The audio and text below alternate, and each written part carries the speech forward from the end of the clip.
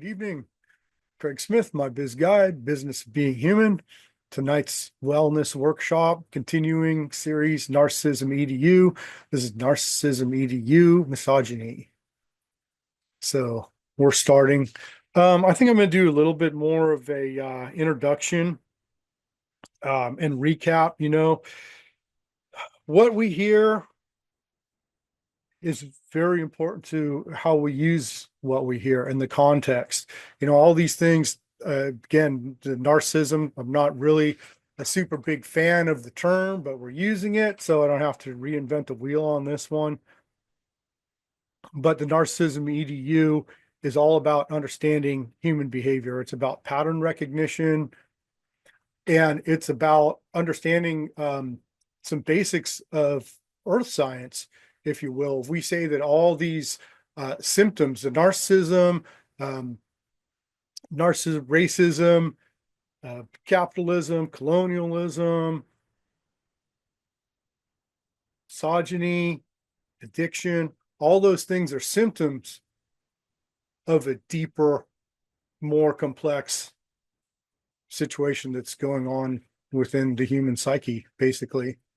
And at its core, I say narcissism is scarcity mindset. It's fear-based mindset. It's too much fear in the system, right? Because to start with, we all have naturally occurring human frailty, right? There's natural insecurities, and us working with our insecurities, that's an important thing.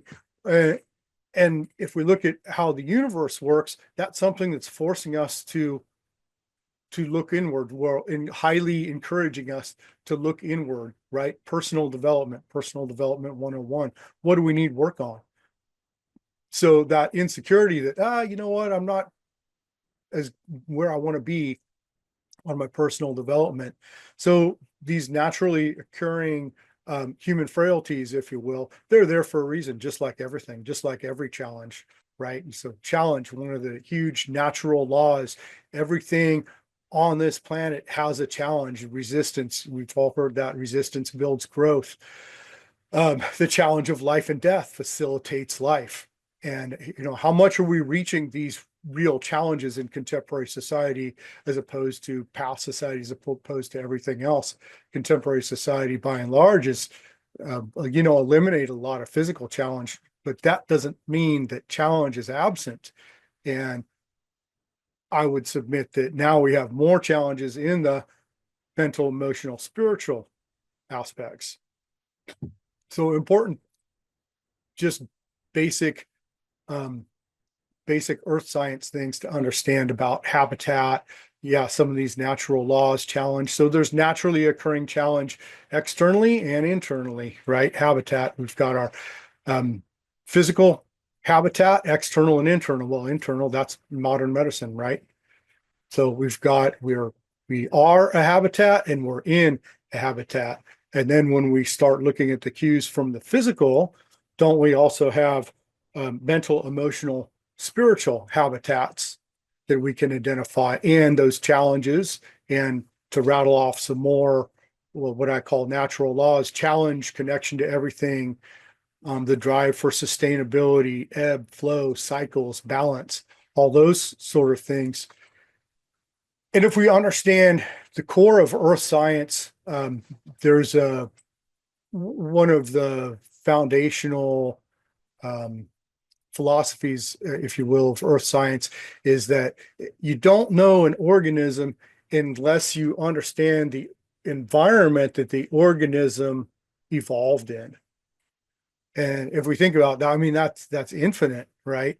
We've got the organism, and when did the organism even evolve into the organism we're talking about, right? When did Homo species become Homo species? When did whatever kind of species become whatever species? And then all those environments and all the organisms in that environment. But the short version is understanding the basics of our environment helps us understand ourselves. So if we say that we don't understand an organism unless we understand the environment that it evolved in, that means we don't look in the mirror, that means we don't even understand ourselves as individuals until we understand some core things of natural habitat. And my experience on that is 100%. That's what I've observed. So the important thing. So when we talk about habitat, back to the fear-based, people say scarcity mindset, fear-based mindset. When there's too much fear attached to these human frailties, too much fear, that is a habitat that's conducive to what we call pathogens, or I don't know if we're going to call them pathogens in this case, but it's the same thing. It's the mental equivalent of a physical pathogen. We've got an environment that's hospitable to these pathogens, to these sickness. Now we're saying the sickness of narcissism, and this narcissism has quite a few different ways that it shows up, or symptoms. So instead of saying, oh, dang, that's racism over here, and that's addiction over here, and that's colonialism over here, and that's capitalism over here, we're end up kind of spinning our wheels. No, that's chasing symptoms. And so if we're really going to be intentional about this, let's not chase symptoms. Let's actually understand the modality of this pathogen. Again, taking cues from natural science. What are the modalities of this pathogen? What's the habits and what's the habit and habitats of these pathogens? And so we've been going through this Narcissism EDU series, and I'm going to call back to some of these core components. Addiction. I think that narcissism turns to addiction just right off the bat, because at its core, so narcissism, fear-based mindset, it's not that the narcissist is over self-loving, and that doesn't even really make a lot of sense, but it's not that the narcissist is so wrapped up in their self. It's the lack of personal development. It's denying that human frailty. It's afraid of themselves, literally, and it's the narcissist is not looking in the mirror. And I always say the reason you can't talk to a narcissist is because they're not talking to themselves, or people displaying narcissistic patterns. So with the narcissist not having a good connection with themselves, not engaging in this personal development, not saying, oh yes, I'm actively growing myself, it's the classic cover-up. And then here's the lessons from addiction part, and a classic example of classic addiction where it's filling the void, right? We all know this part. The addiction is filling the void. The person's not addressing something within themselves, so they're filling it typically with substances, but it can also be with ideologies, especially around spirituality. But it's all based on the fear-based, and it's all based on the scarcity mindset, fear-based, and that someone's trying to fill these voids with something other than what goes there. Because when we do our personal development, that growth is what grows us confidence, what grows us out of the fear-based mindset. By engaging ourselves, it's work, and it's just like any other kind of work, is that we apply ourselves and we get better at it. And sure, there's learning curves, some of them longer, some of them shorter, but they're there for a reason. They're there to help build our resolve. And all this time we're building relationship with ourselves. So the narcissist that's not doing their personal development is, Narcissism 101 is building this facade and building this false narrative of better than, of being okay, of bravado, the false narrative of bravado, typically. And it's sort of like the shield saying, oh, well, I don't have any weaknesses. Which, of course, if we know real personal development, that we all have natural frailties. And so when we start to know about these things, it really gives us a better understanding of how to deal with people that aren't dealing with themselves.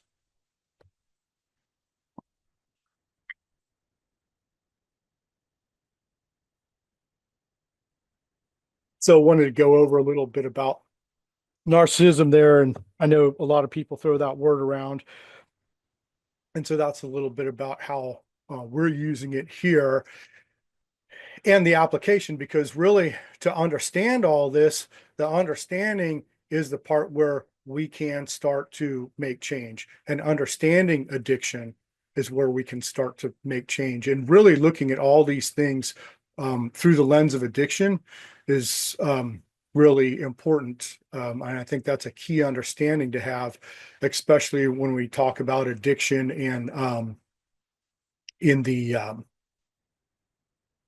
compulsive reactive behavior versus conscious responsive behavior.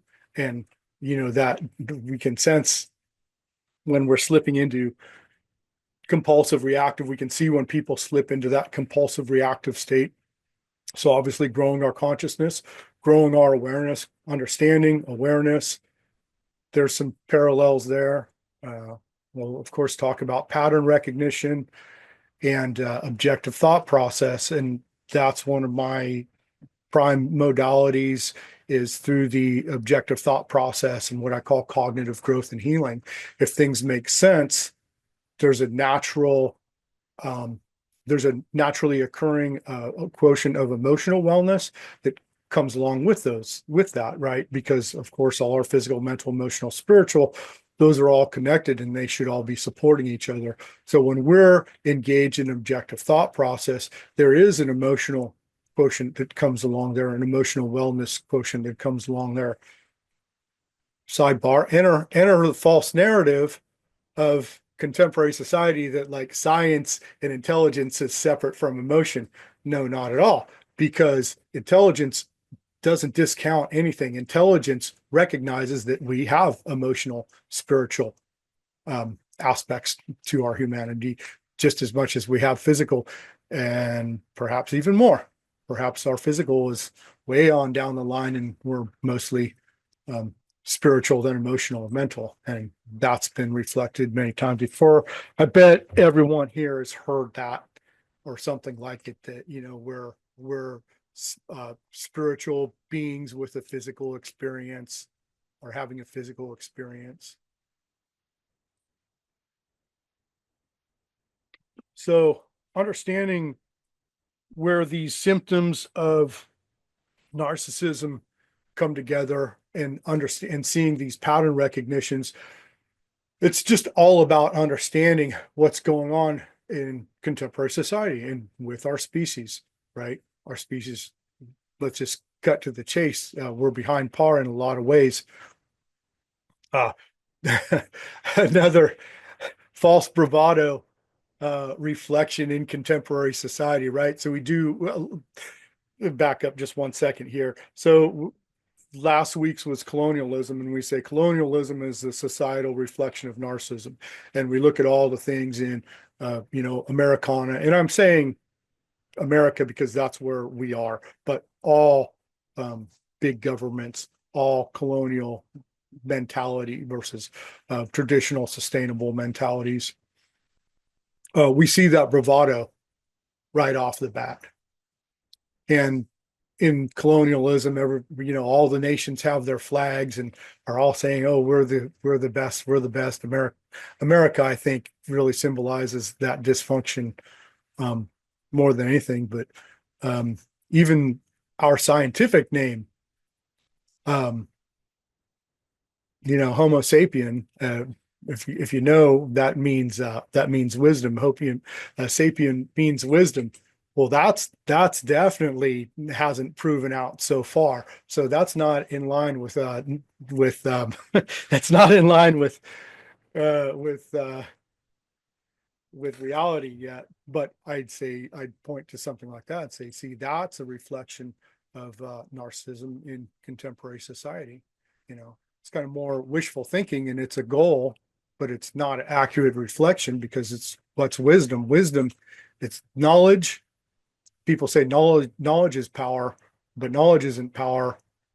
The power comes from using the knowledge, and that's the wisdom. It's not how much knowledge we have, it's how we use the knowledge that we have.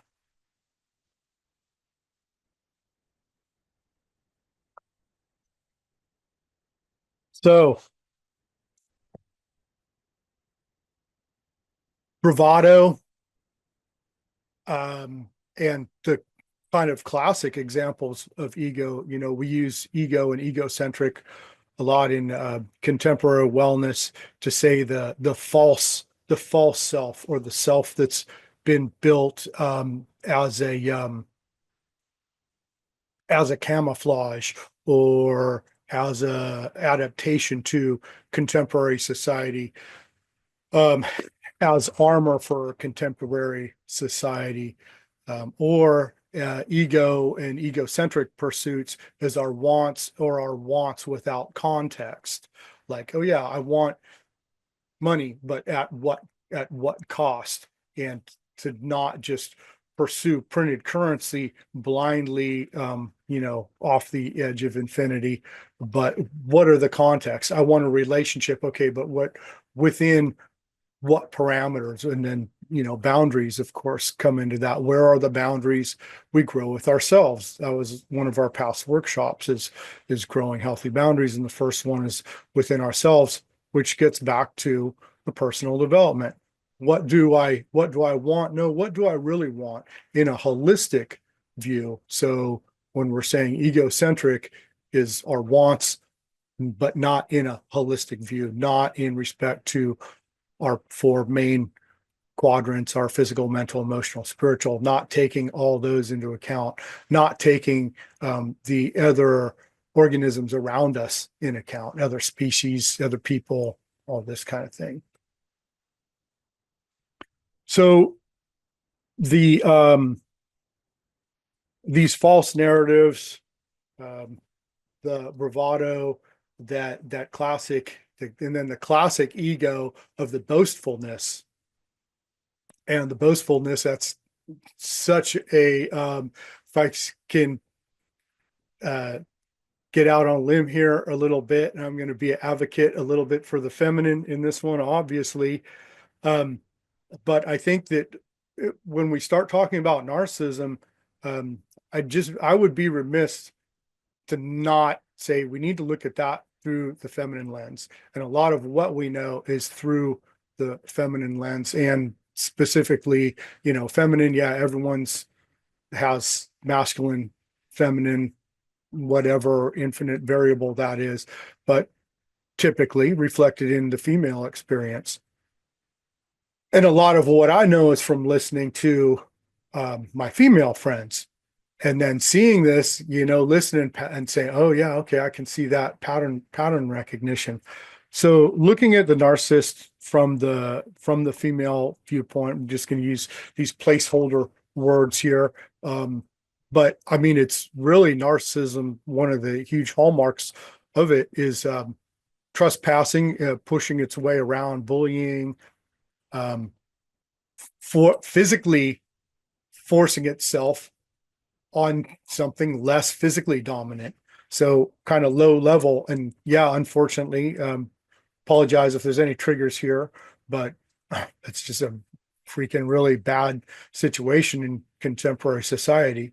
And as a man, as a male, I've never understood that, because like real to me, the masculine, the other side of that is to provide a safe place for the feminine, or to protect that more subtle voice. And it's kind of difficult that I hate using the gender here. But we're talking in, broad spectrum generalities, but the strengths need to protect the frailties.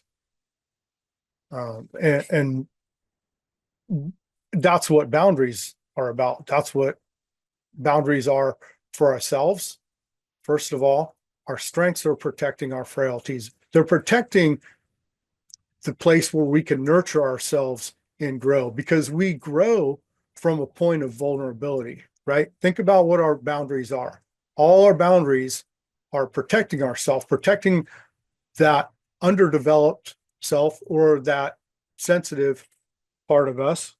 Not really, we'll get onto the sensitivity part a little bit more later too, because actually sensitivity is picking up information at its core. And that's all our technology is, sensitive. We build technology to pick up more information. And so at its core, sensitivity. But a lot of times that technology is fragile, and the part of us that picks up information is delicate. And so the strength needs to protect that.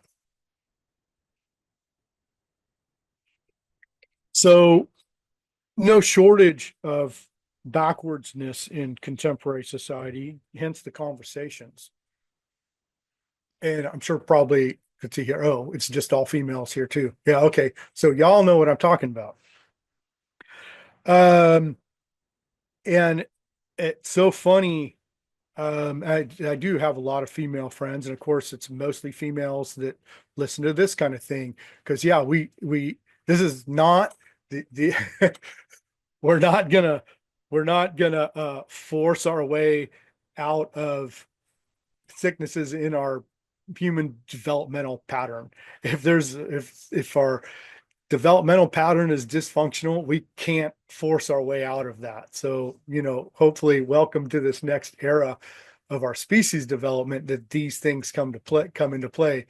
And I always like to say, we're not gonna vote or buy our way into the future. We need to figure ourselves out on a core level. And that's through understanding. And of course, if we're not able to push our agenda around physically, what does that encourage? That means, well, okay, so let's try to understand it. Let's try to outsmart this problem. And it is a problem with intelligence, like we just said. The core is, again, stereotypical reflections of narcissism, that inability to be vulnerable. Oh, that vulnerability aspect, well, wait, that's got a negative connotation. Whoop, narcissism again, false narratives. There's the pattern recognition is going to go, off the hook here constantly. But that false narrative of vulnerability being a weakness, and how that is perpetuated in contemporary society is all kinds of messed up. Because yes, we grow from a place of vulnerability, and protecting that is that dynamic that our species needs to understand. There's no way around that. So understanding where all these patterns come into place, and all these dynamics, and that this false narrative of vulnerability, weakness, that sort of thing. And then, of course, if you project that false narrative, oh, well, it's got to be backed up. So now the lie, right? There's a lie, and then that needs to be perpetuated. So here we go. Here's the spiral of narcissism, where the narcissist has built a false narrative and now needs to keep perpetuating that false narrative. And of course, how is that going to show up? We can surely all think of several ways in several different instances. So that trespassing on the physically weaker, again, using big, huge, broad strokes, generalities, trespassing on the physically weaker. And of course, if someone's not engaged with themselves, if someone doesn't have a healthy interpersonal habitat, the first thing that's going to happen, that's going to be projected outward. And then, of course, we all feel that on a societal level. There's narcissism again, the projecting, right? And also the narcissist is projecting that sick that undeveloped mental habitat. Because what's it like? How do you feel in close proximity to a narcissist? The feeling is lack of emotional wellness. Their inner emotional wellness isn't present, and that's projected, and that's the environment that they perpetuated. The individual is not processing.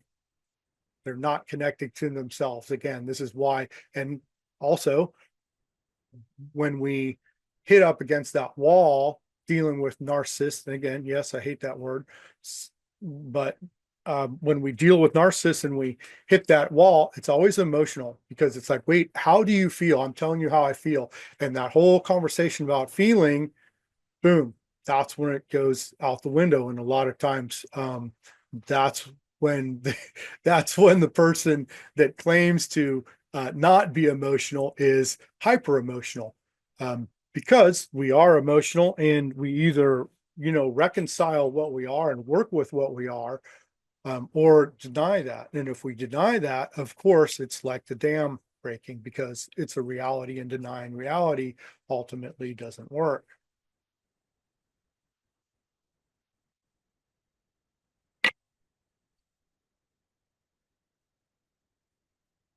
So the narcissist thing, even though I don't like the word, because I don't think it's really reflecting what's going on accurately, the experience that we've had in narcissist makes it easy for us to see where that's reflected on a societal level.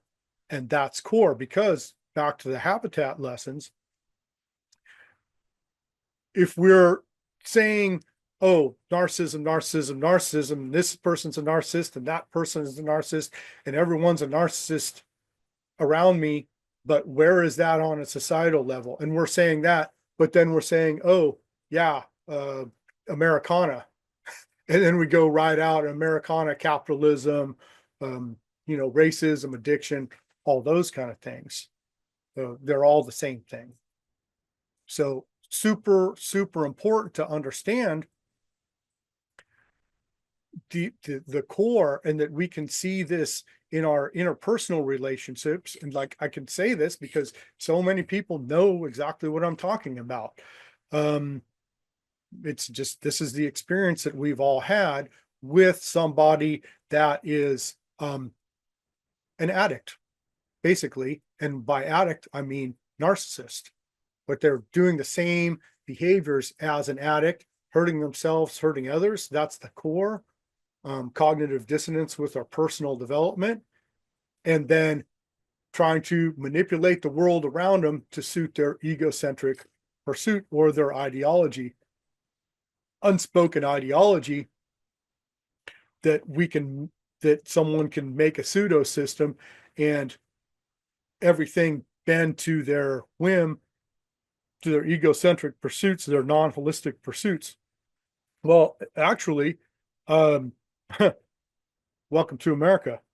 All these big governments are constructs of that ideology, of that foundational part of the human that doesn't do their personal development, but seeks to move everything around to fit their whim.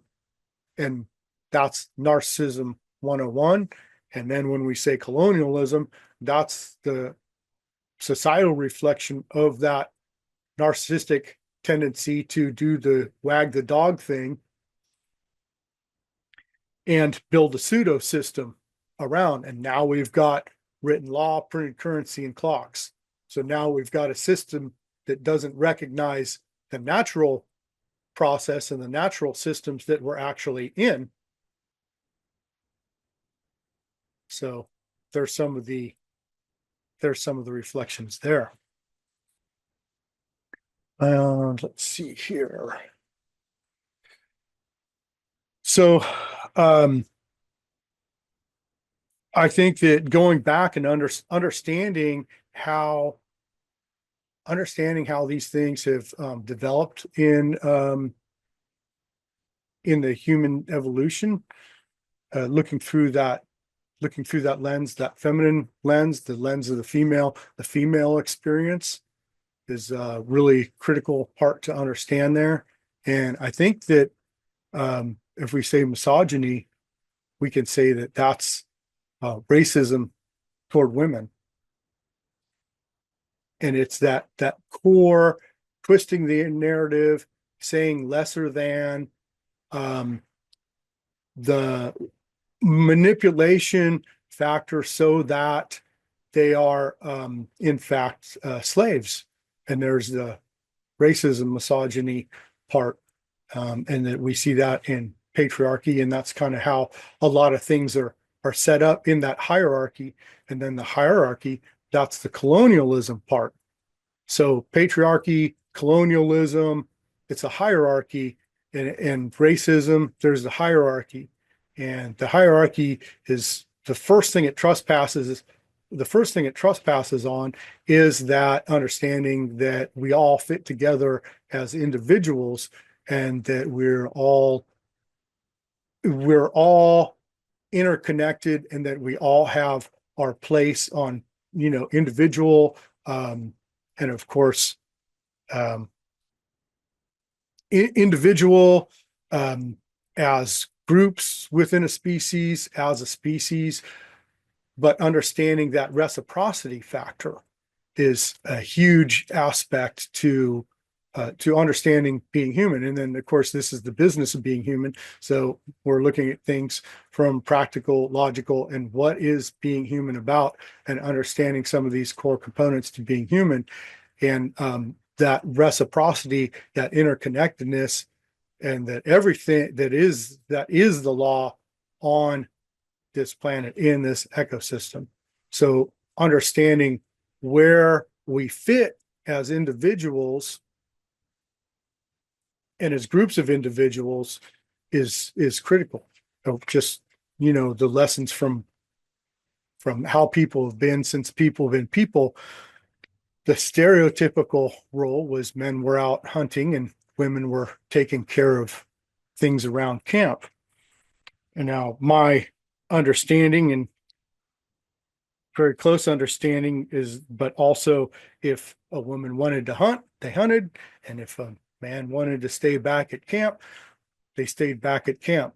And if a gender was skewed, if there wasn't enough hunters, then some of the females would go out and hunt. And if there wasn't enough women back at camp, some men would stay back at camp.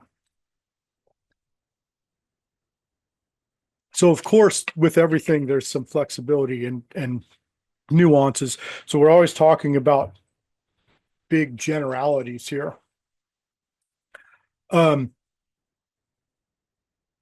Now, that said, back to the superiority complex, that's typically, and again, I'm not trying to, this isn't a blame thing. I'm just saying what is. I'm just saying what is. This is just what we have. But the typical pattern in contemporary society now is perpetuating that false narrative of superiority and hierarchy. And just people do it. Everyone does it. And just because you're this gender doesn't mean you're absolved from perpetuating these things. Because first, it's human frailty, and we all have these naturally occurring human frailties. In fact, I definitely to understand that we're all the same organism first. We're all human first, and then we've got a gender, and then we've got a race, and then we've got whatever and whatever. So, let's bond on our commonalities, right? And then, understand our differences, but we have to know that where our bonds are and our deeper bonds. So I always say that, if women were stronger, men would be getting beat up more, and men would be sneakier, if we're going to say it in the worst context of our human behavior. So, it's not about that. It's just understanding what we've got. And so that said, the typical pattern in contemporary society is this hierarchy, pushing the weight around physically, the bullying type thing. Right. So yeah, that's all the bullying aspect.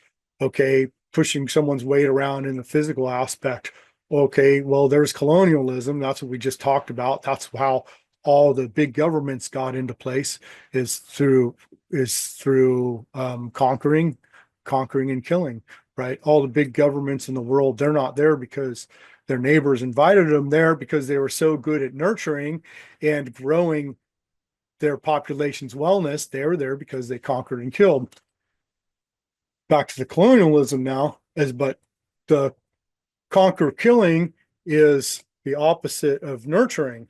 And so then we wonder, why these things are so dysfunctional, why we have dysfunctional societies. Well, that's one reason. So if we understand narcissism, we understand colonialism, we understand the importance of nurturing, and we understand the importance of keeping that point of growth safe. These are important things. And if we say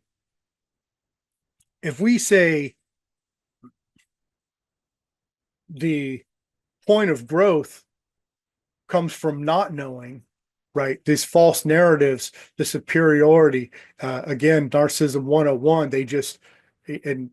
we hear it as, oh, they just know, they're just smarter. That's the false narrative.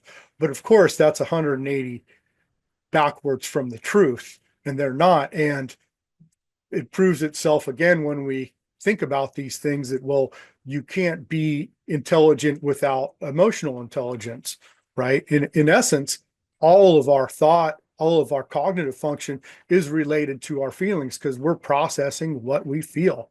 And we're processing those synapses in our brain. That's a feeling. That's electronic pulse. That's a feeling. So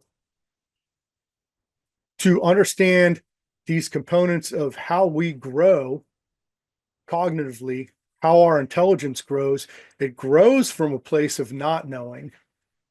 So now here's where the superiority and the false narrative of intelligence comes into play, and the false narrative of intelligence separate from emotional intelligence comes into play, and the lack of recognition of emotional intelligence, which we already touched on a little bit.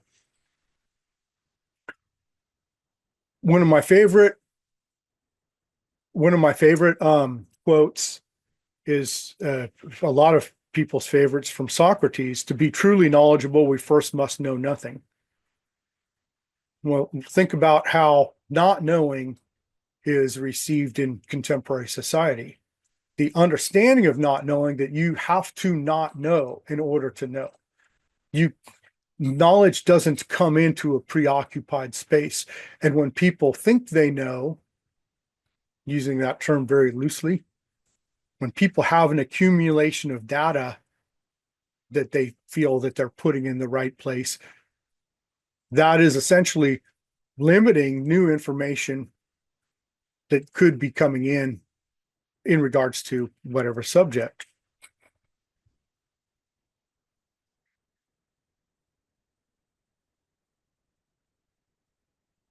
So that whole false narrative about intelligence is really perpetuating a society of ignorance. Oh, that's pretty much obvious, because the scarcity mindset, because the fear of being perceived as not knowing restricts the ability to know in the first place, if not eliminates it, right? I'll say that one again because that's super important. The fear of not knowing, and then projecting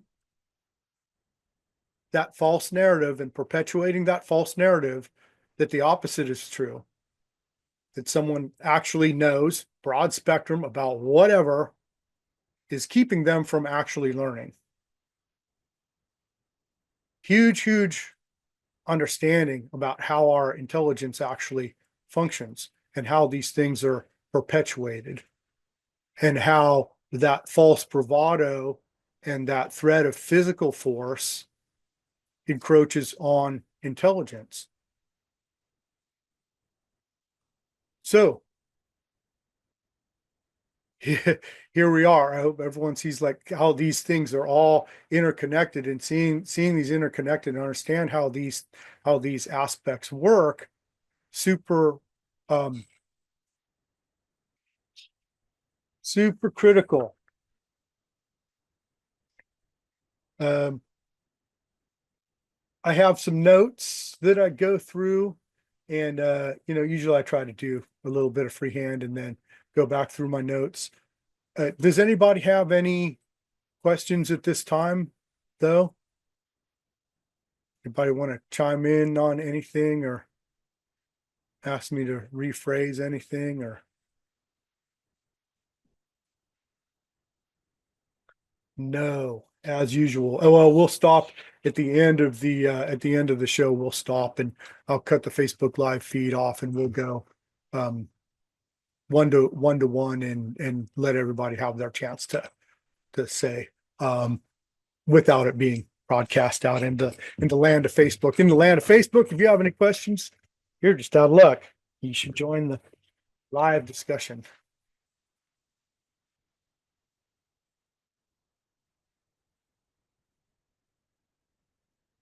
So the misogyny, yeah, I think that the misogyny is the first example of racism, and someone that's not doing their personal development immediately trespasses on the person next to them, and who's the person next to them, right? And again, using broad broad strokes here, broad brush, I mean, it's the same thing. You can have narcissists come in all kinds of flavors, right? And scarcity mindset can afflict anybody, right? So what doesn't matter, but yeah, male female relationship, male male relationship, female female relationship, still get the same thing. Again, I just want to put that disclaimer out. I'm just saying, not judging. I'm just using these big broad spectrum concepts to articulate less broad spectrum concept.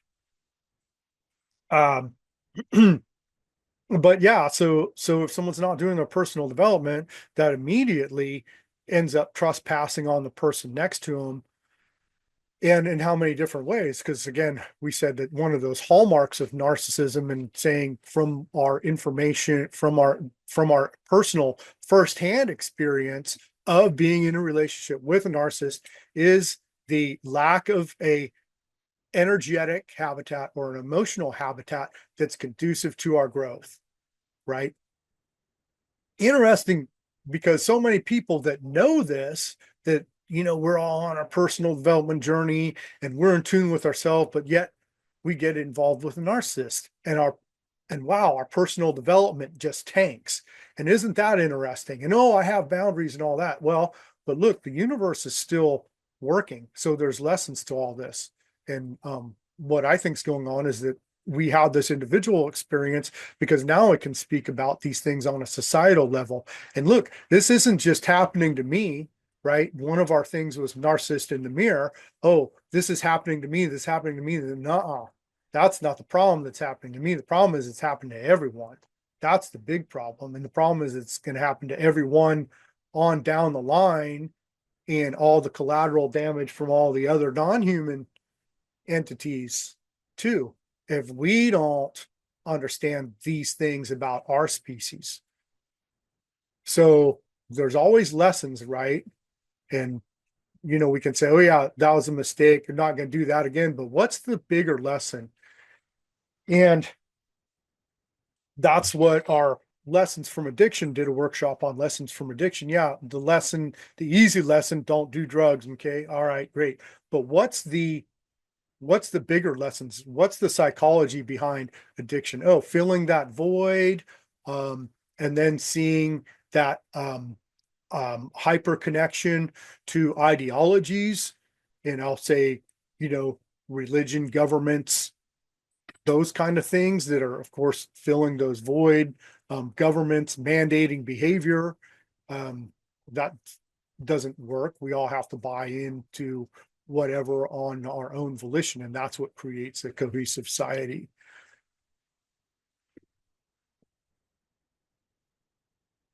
Um,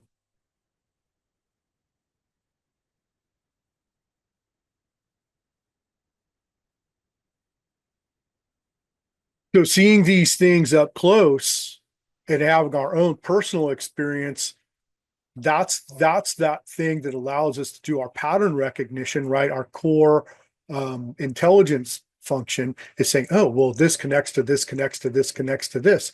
And of course, if I had this experience with this thing called narcissist and someone else said narcissist way before I said it, and everyone's saying narcissist, narcissist, narcissist, well, okay, so this is obviously it's a societal issue. Oh, and then how far back, where does this go? Where does this start? So understanding that, undoing that, and with our understanding, um, again, I invite you to check in with yourselves and find that part of emotional wellness that comes along with understanding, that comes along with pattern recognition. Pattern recognition, these key things of humanity, and I'm probably a lot of other organisms too, but our emotion is saying, yes, do this. Because with our understanding comes that emotional part. Even if we're in a bad spot, if we can understand it, then we can work with it. We can figure out a solution. And that's the only reason that people have got to be people, is through our objective thought processes, through our ability to engage in objective thought processing. Oh, wait, but that's the narcissist is not doing that. The narcissist is engaging in cognitive dissonance. The first thing with ourself, with our own instinctual, innate drive to understand ourselves. And, oh, why do I feel this? What happens if I feel this? What do I do if I feel some kind of way about something? To use that terminology. What do I do? Oh, well, practice, figure it out, work on it, right? Go through this process of engaging ourselves.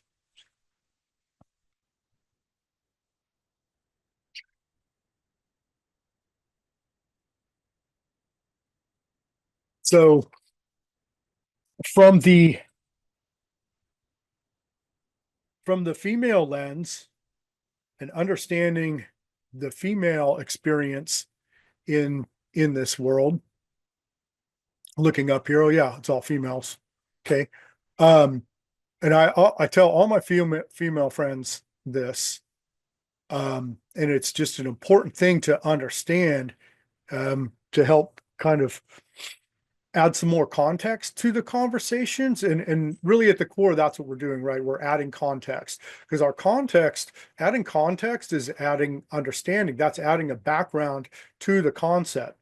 So the more context we add, the easier it is to help dissolve addictions, fixations, anxiousness around whatever subject, right? If we understand these things, we start to bridge that gap of anxiety, because lots of anxiety, lack of understanding, key contributor to emotional unrest.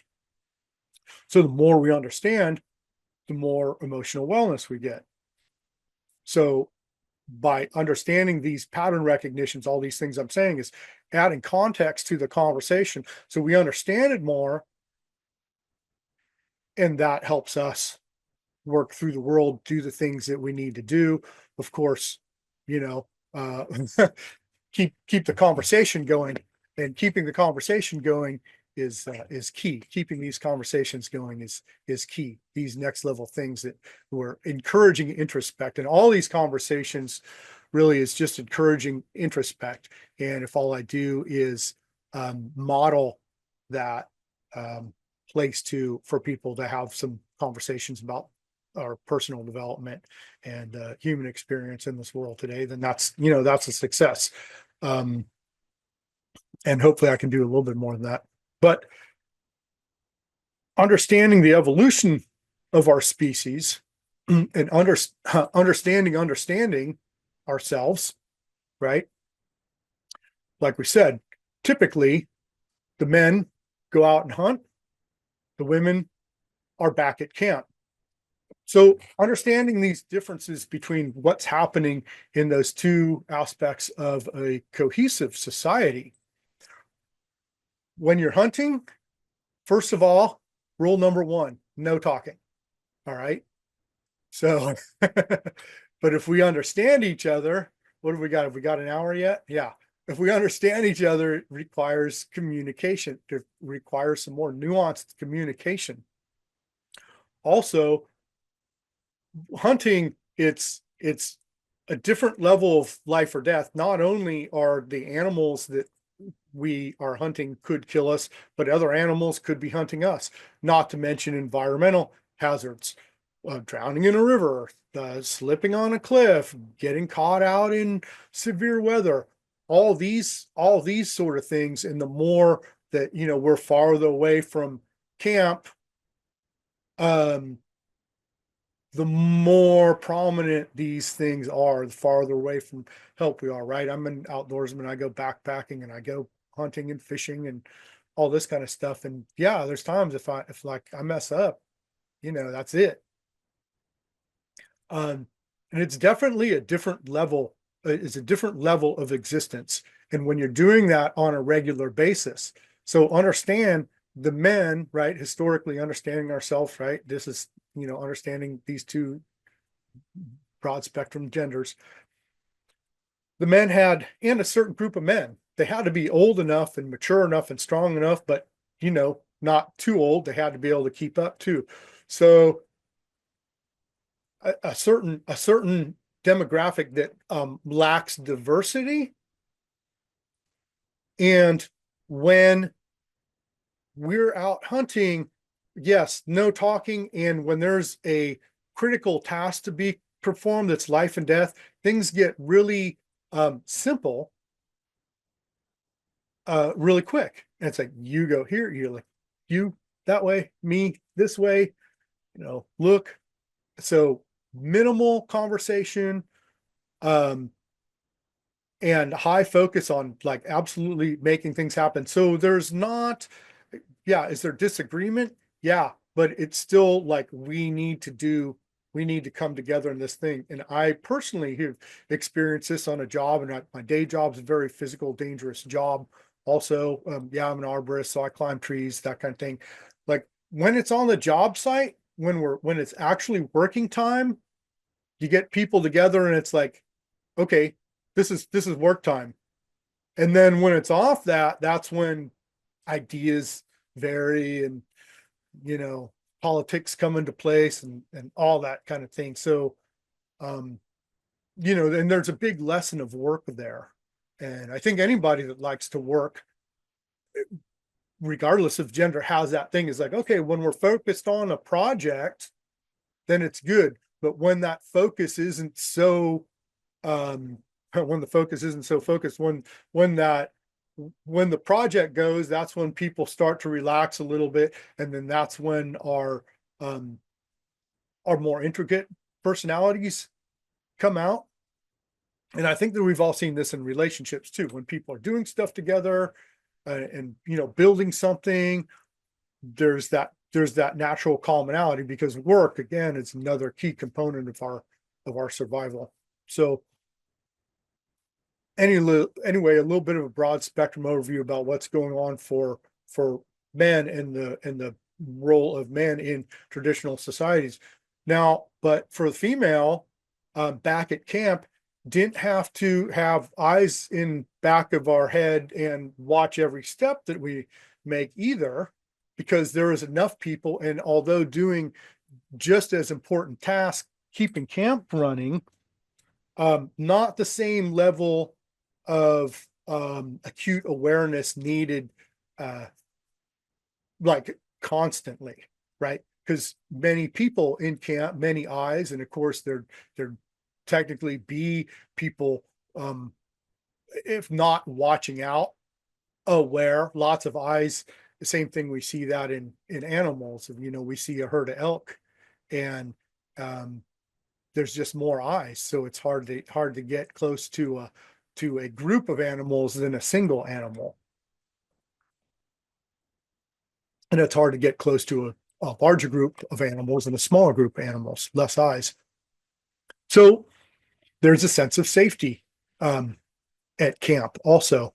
And if we're just sitting around don't want to say it like that, but if we're sitting around doing tasks that don't require all the variables, right? If we're, yeah, braiding rope, weaving baskets, um, assembling something that we've done so many times, there's room to talk. Like, we're not in a different area, we're not hunting a different animal. It's every hunt's different, but every basket we weave is going to be very similar. Every daily task we perform at camp is going to be similar. So we get to understand people's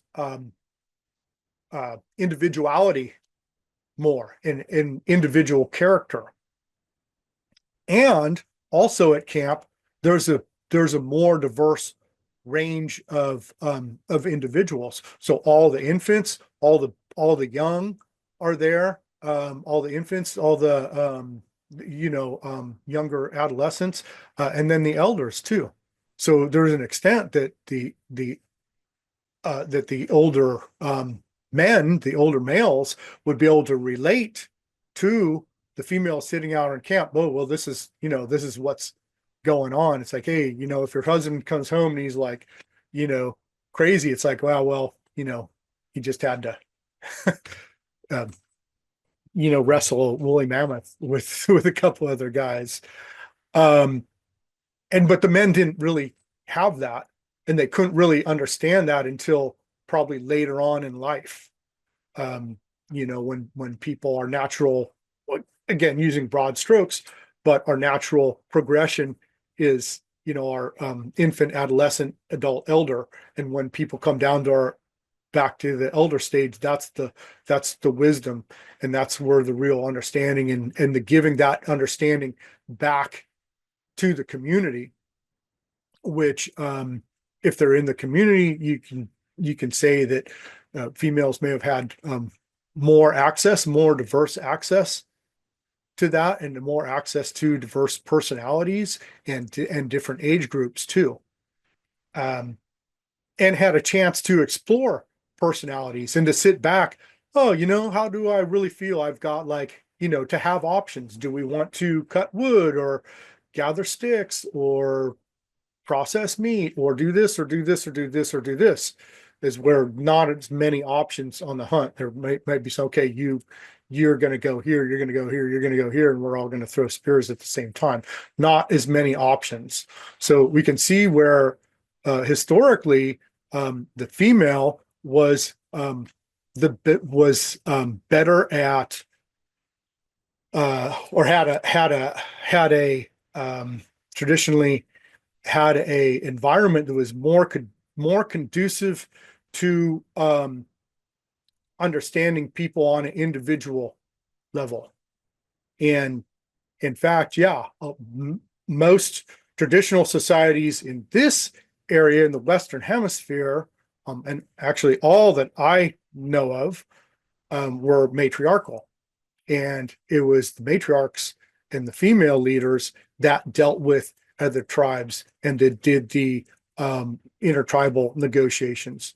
And also another part of understanding some differences between how our species evolved since people been people, otherwise known as traditional societies, hunter-gatherer societies, and colonialism, is that when the United States was made up, and when colonial mindset came over here, they wanted to talk to the men, and the men were like, "Oh, we don't do that, really. That's them." But the colonial people wouldn't accept that, and so had to make male leaders, and it was just not what the people here were used to doing at all, to say the least. But anyway, we can see how historically, again, the evolution of our species, to understand the species, what's the environment that it evolved in. All right, and what's the environment that our species evolved in? What's the communal environments that our species evolved in? Well, one, give credit where credit's due, is our species got here through hunter-gatherer environments. And one of the foremost sociologists, Gabor Mate, always got to give him credit, because he says that the best environment for raising children was the hunter-gatherer model. Oh, well, what do children grow up into? Adults, right? In the formative years. So, there's that. And then back to narcissism, colonialism. Colonialism is the societal reflection of narcissism. So there's my points there. And then, of course, which leads us back to that false narrative of patriarchy and the stereotypical ego, and all the things about narcissism, and looking at narcissism through the female lens, and all the trespasses on females in contemporary society. There's a narcissism, there's a patriarchy. I mean, patriarchy, colonialism, or is it misogyny, patriarchy? Patriarchy, misogyny, colonialism. See, those things are all, they're all the same thing.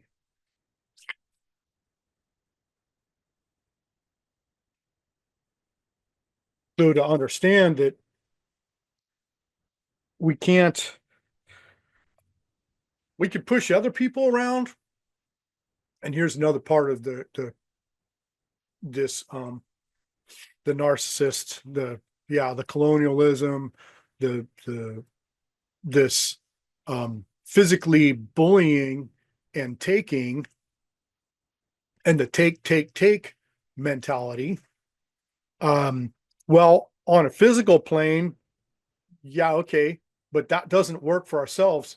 We can't take from ourselves. We can't bully ourselves. That doesn't work at all when it comes to our interpersonal relationship.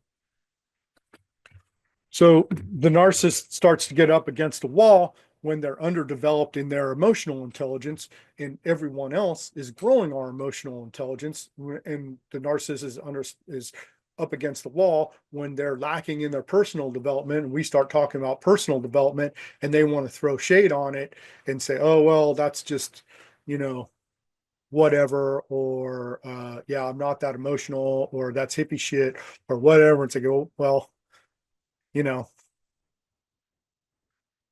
I don't know what to say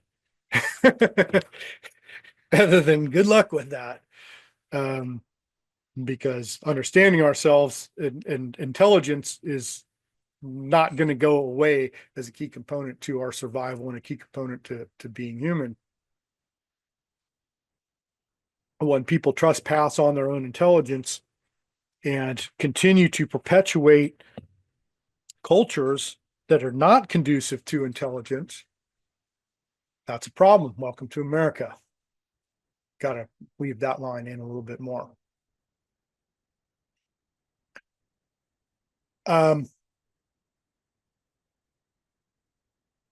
So understanding how important it is, our growth in these false narratives of weakness versus, naturally occurring human frailty, weakness, growing from points of vulnerability. First, we must know nothing before we know something. In order to be truly knowledgeable, we first must know nothing. That understanding how our actual psychological habitat works, how does our mental habitat function, right? Lessons from Habitat. There's a way that things function. Like life on this planet works perfectly. We just need to figure out or refigure out how it works. And to use these examples of healthy habitat, right? And you can't have a healthy organism in an unhealthy habitat, another cue from contemporary society. So understand this habitat, internal habitat, external habitat. We know these things about environments with the thing we call narcissism. And so, oh, where is this reflected? And again, it's not just, oh, I was in a relationship with a narcissist. You're in a society built by narcissists that's been perpetuated. If you're female, this has been going on for a long ass time.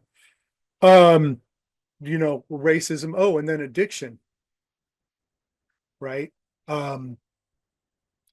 Addiction, ownership, slavery, addiction, Scarcity mindset, the addict in that controlling, that hyper need for that controlling and making sure things are a certain way. The addict needs to get their fix to get that consistency to avoid that insecurity. And so another unfortunately common aspect of contemporary society is that commoditizing relationships. So just like the addict can buy fixes and can buy materialism, right? And all these things to try to avoid the inner work, that's the same thing that in a relationship of ownership where someone's trapped in a situation where someone's got someone else doing their work for them. And here's another part that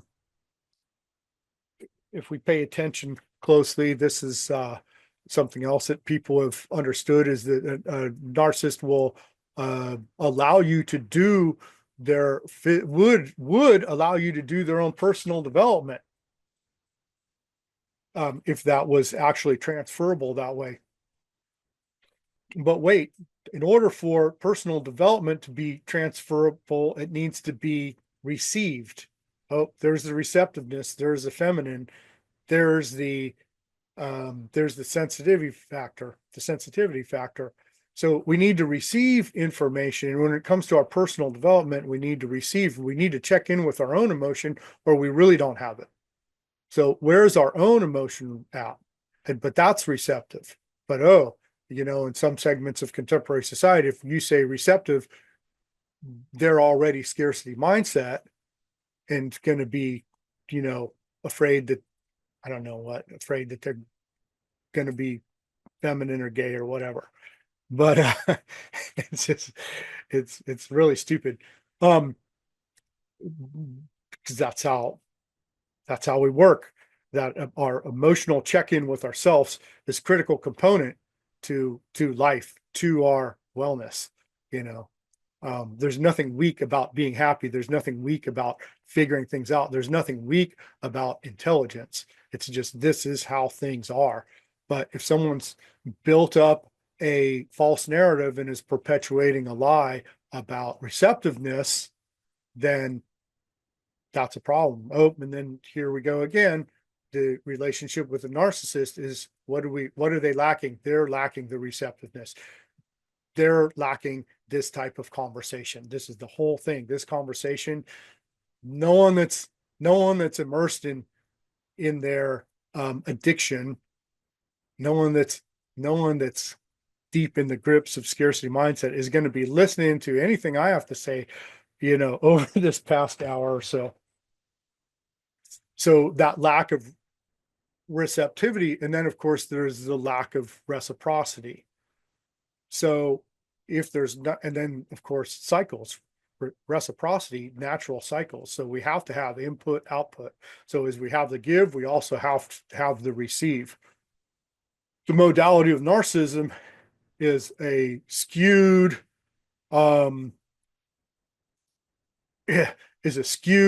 concept of the give, to where it's just pushing, it's all output and no receive.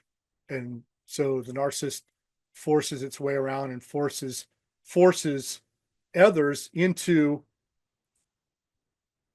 to do its whim, to do its work, to provide its emotional component. So again, being with a narcissist, they're there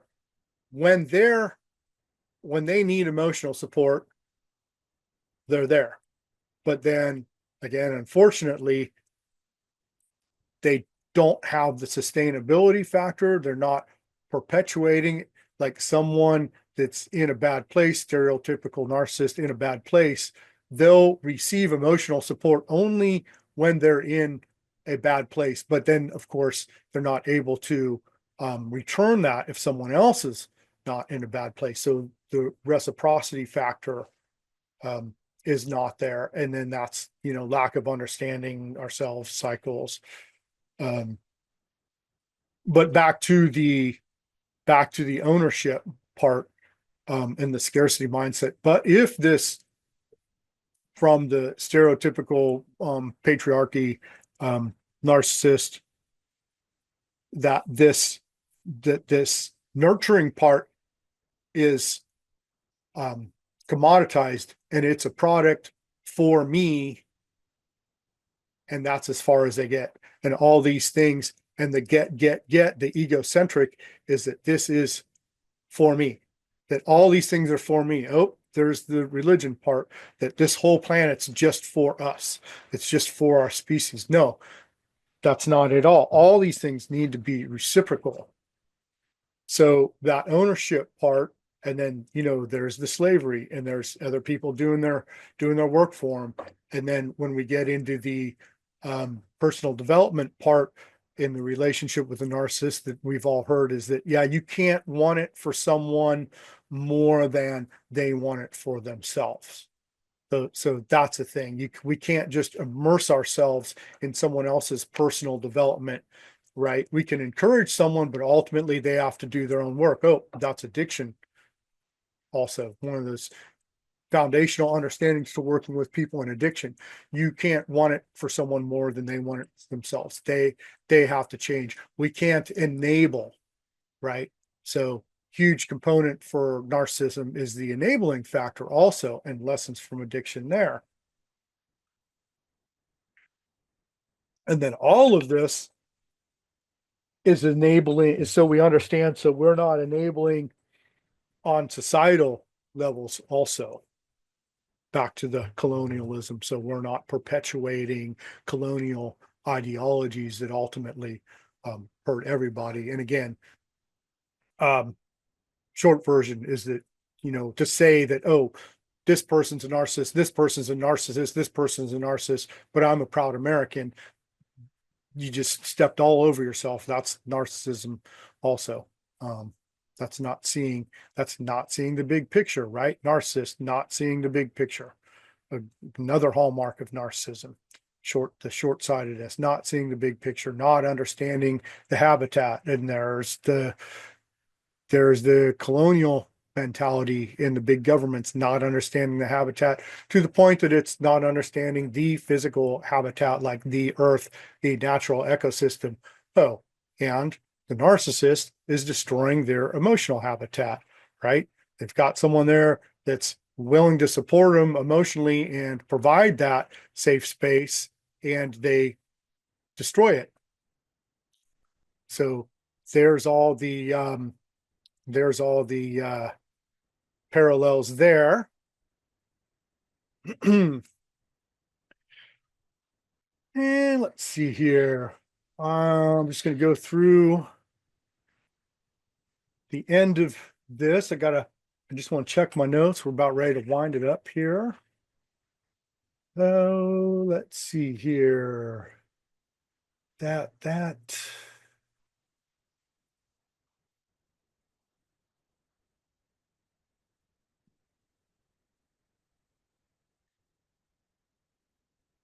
So what I just said is it's an abusive relationship. It's abusive relationships, dysfunctional, if in essence, narcissistic characteristics are destroying its habitat. Oh, welcome to America again. There's colonial governments. There's these big businesses, the capitalism coming along next week, destroying habitat, lack of understanding habitat, lack of the connectivity. I mean, the interconnection is reciprocal. It's the give and receive.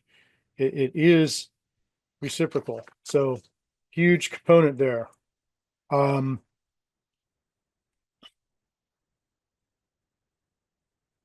The lack of control, of course, if we don't have an understanding with ourselves, if we don't understand our process, if we're not engaged with our internal development process, we know it's a process.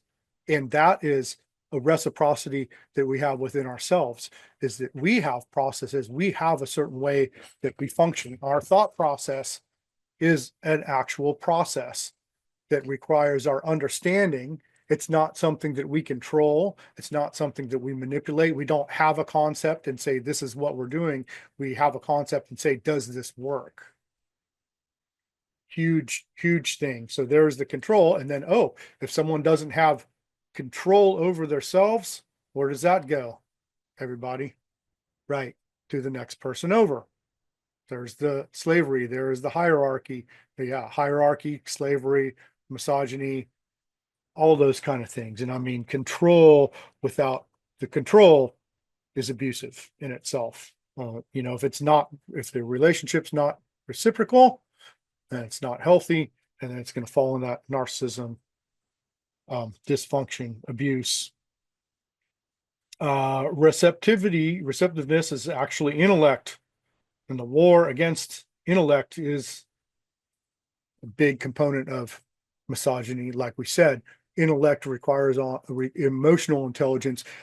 Intelligence in our objective thought process, I'd like to say we've got physical, mental, emotional, spiritual. So we've got our physical, our instinct, our mental, objective thought process, emotional intelligence, and our spirituality, our ancestral wisdom. Well, all four of those facets are receptors and information gatherers. There's the reception again, right? We have to be open.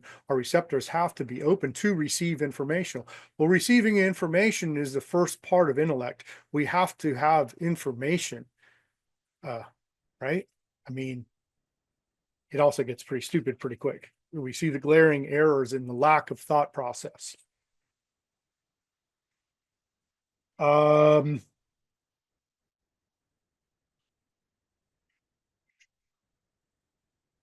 Yeah, so that intellect requires receptiveness, and the war on it is a war against intelligence. And I mean, that's what we see in the war of intelligence. The war against intelligence is a whole thing. People just um, are really, really below par on that and what's actually going on.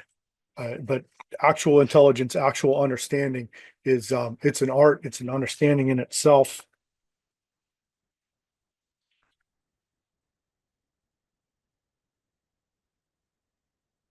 Some observations that have been made by other people is that the disconnect with the female group, the disconnect with life itself. The female is, of course, giving life.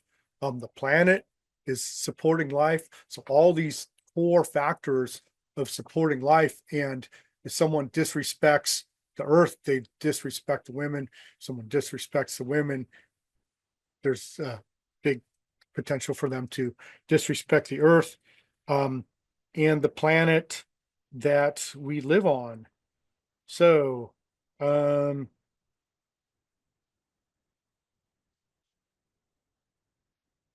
I have one short article here that I grabbed out of my notes. And of course, I don't edit these. I just throw them down to be edited later. I didn't edit it, so we'll see what happens. Colonial and trauma influenced tactic of railroading the conversation in a different way, seen here. Also, the lack of understanding between physical, gender, and energy when we talk about feminine and masculine. And just because someone is born into a specific physical does not absolutely mean they reflect that energy that contemporary society associates with these genders by default. Colonial mindset is patriarchy, and it can be reflected by any variety of symptoms. It is a mental disorder in its pure form, meaning that it does not have its head aligned, right? Because it not go through the natural introspect process and the objective thought processing. So uh, receptivity, sensitivity, thought processing, our mental ecosystem. How does our mental ecosystem actually function? It functions through receptivity. And of course, the feminine standard narrative is receptivity.